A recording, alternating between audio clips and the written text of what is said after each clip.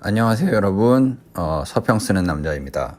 이번 주 제가 여러분들에게 소개해드릴 책은 미국 엘리자베스타운 대학의 사회학과 교수로 있는 도널드 크레이빌이라는 분의 예수가 바라본 하나님 나라라는 책입니다.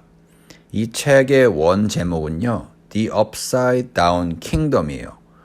책 제목 자체가 굉장히 책을 읽는데 상당히 도움이 되는 이미지를 제공합니다.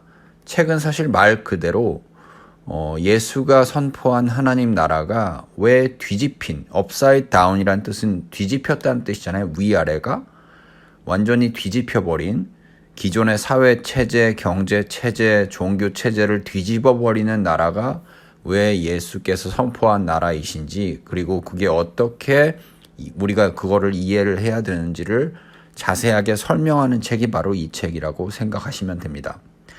도널드 크레이빌 교수는요, 일단 제세례파에 속한 사람이고요.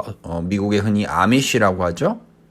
굉장히 보수적인 펜실베이니아 주에 이제 아미시라는 동네에 가면은 여전히 이제 예전 그 아미시들이 살던 모습 그대로 마차를 끌고 다니고 자동차를 타지 않고 여전히 이제 예전 하던 방식으로 사는 사람들이 있는데, 그 사람들하고 연계되어 있는 그런 엘리자베트 타운 대학이라는 그 제세례파 계열에서 만든 대학이 있어요. 그 대학에서 사회학을 가르치시는 분인데, 이 책의 장점은 특별히 이분이 사회학과 교수이시기 때문에, 사회학자이시기 때문에 성경을 바라볼 때, 특히 예수 이야기를 바라볼 때 굉장히 사회학적으로 접근을 하신다는 겁니다. 그래서 단순히 성경 텍스트를 그냥 문학적으로 혹은 뭐 다른 방식으로 비평적으로 읽는 데서 그치는 것이 아니라, 왜 예수가 살았던 시대가 어땠고, 또 그 시대 속에서 예수가 했던 말과 행동들이 어떤 의미를 가질 수밖에 없었고,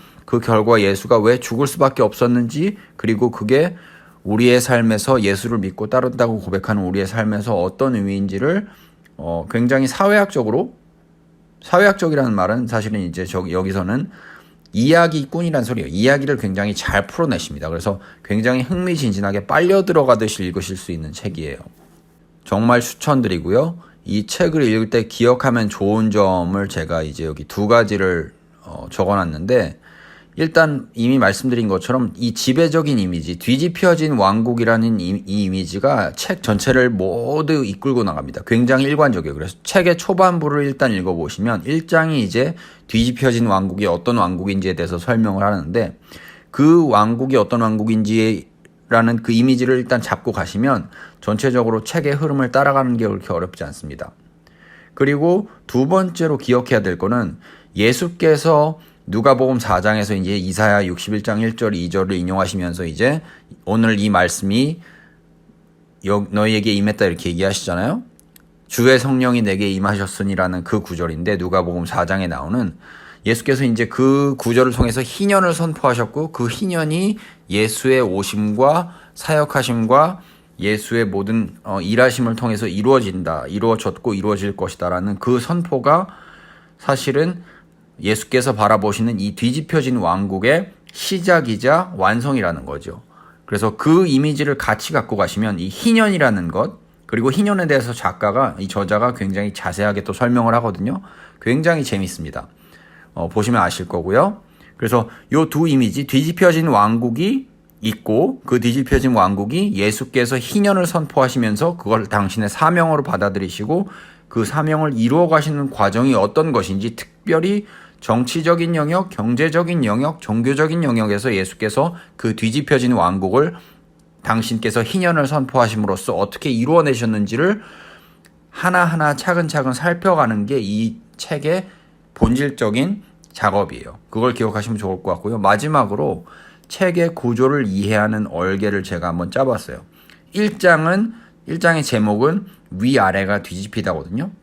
그래서 이제 1장은 전체적인 개론입니다. 그리고 2장, 3장, 4장에서 2장, 3장, 4장이 사실은 하나의 어떤 묶음인데, 2장, 3장, 4장을 이해하실 때 생각하시면 좋은 거는, 예수께서 마태복음 4장에서 시험당하시는 장면이 있잖아요. 그 장면을 기억하시면 좋아요.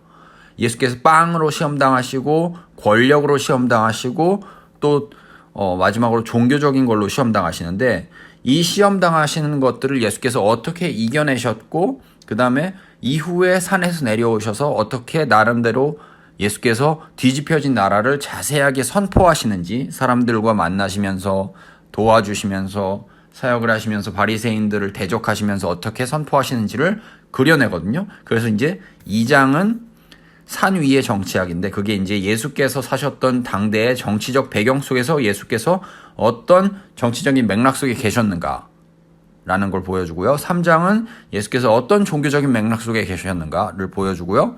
4장은 예수께서 어떤 경제적인 맥락 가운데 계셨는가를 보여주십니다. 그리고 예수께서 어떤 유혹을 경험하셨는지를 이런 과정 가운데 자세하게 설명하는 게 이 책의 작업이고요. 그래서 2장에서 4장까지는 그런 작업이고 5장에서 7장이 예수의 경제에 대한 해설입니다. 예수께서 바라보시는 뒤집혀진 왕국의 경제란 어떤 것인가에 대한 해설이에요.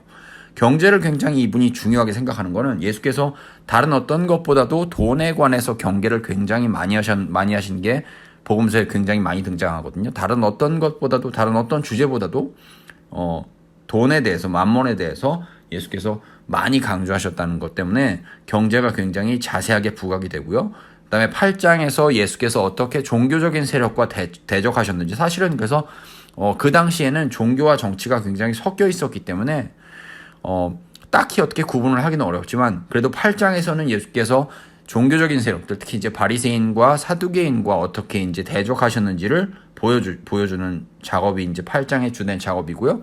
9장에서 12장은 이 모든 것들을 바탕으로 예수께서 어떻게 정치적으로 뒤집혀진 왕국이 어떤 모습인지를 그려내시는지를 보여주는 것이 이제 나머지 9장에서 12장의 작업입니다.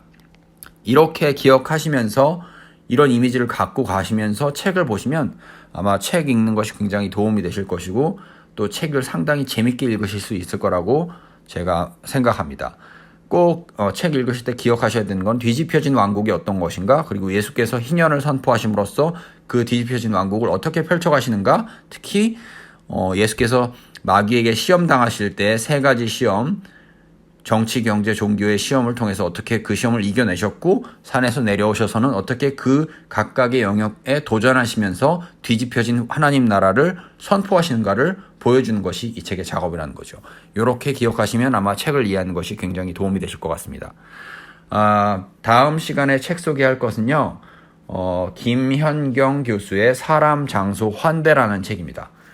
그 책 소개할 때도 또 많이 들어주시면 좋겠고요. 저는 지금까지 서평 쓰는 남자였습니다. 감사합니다.